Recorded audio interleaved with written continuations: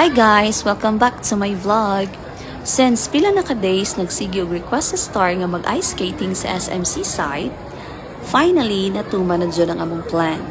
Excited kayo siya, pero kani unplanned ni siya og unexpected. Pero let's go gihapon.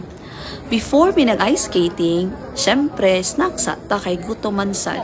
So, ni-decide ko nga pizza lang amuhang kanon for snacks. After sa among rice meal, after sa among late lunch. And while waiting, kay 3:45 PM pa man ang among schedule para makasulod sa skating rink. And then after ana, nangaon sa mi para heavy jud among busog jud mi while adto mi sa skating. Kay lisod na kaayo magawas-gawas pa ta. Nibalik na mi para magpa-register pero wait, need pa de a waiver before ka maka-ice skating. Abi na mo, diretso na dayon sa sulod pero dili man di ay. So wala pa gani makasulod, excited na kayo si Star. Makita dyan nimo nga happy kaayo siya. So kan adiha naglantaw siya sa gawas kay lagi nangutana siya unsa daw na para ako siyang giingnan nga ice na siya ang sulod ana. And finally, time na jud para makasulod. First step para maka-enter ka, kay ipakita sa guard ang payment receipt. So kami diha naglinya mi ana na part. Kay kana siyang linya ha para na sa imong shoe size. O kaan ka sa imong kuan, mura siya ganang skating shoe size bakit tagaan man ka. So kana diha nag sukod bis ang mga tiil. Kung sa ihatag.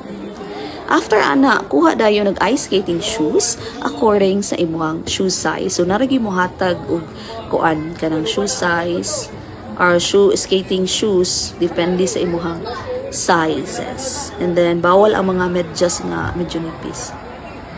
So finally nakasulod na yun mi. And enjoy kayo sa Star sa iyang pag skate diha. But before that, wala na capture sa among video o na nagkuha ng helmet, locker o polar bear assistant para mas dali makabalance. So enjoy kayo sa Star kaysa balay palang daan. Sige di man na siya practice.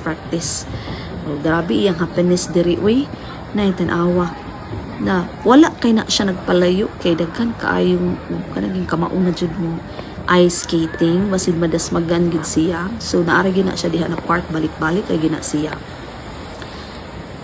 Balik na iyang part dira na then satisfied ki siya sa iyang practice kay naka-skate gid siya diha na part. But then dili pa kay daghang tao ana sa during ana na time. Pero ako nara ko diha sa kilid naglantaw nila kay ako nagkalisod kung unsaon ako pagtindog.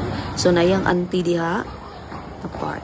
And then, after sa amuang ice skating, i-decide mo an sa Sky Park.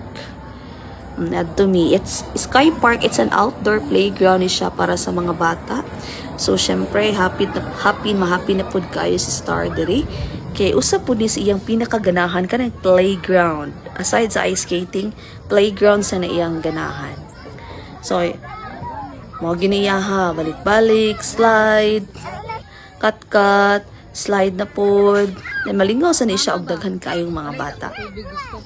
And that's it for the part 1 sa among vlog. And thank you for watching and see you for the next vlog for part 2. Bye-bye!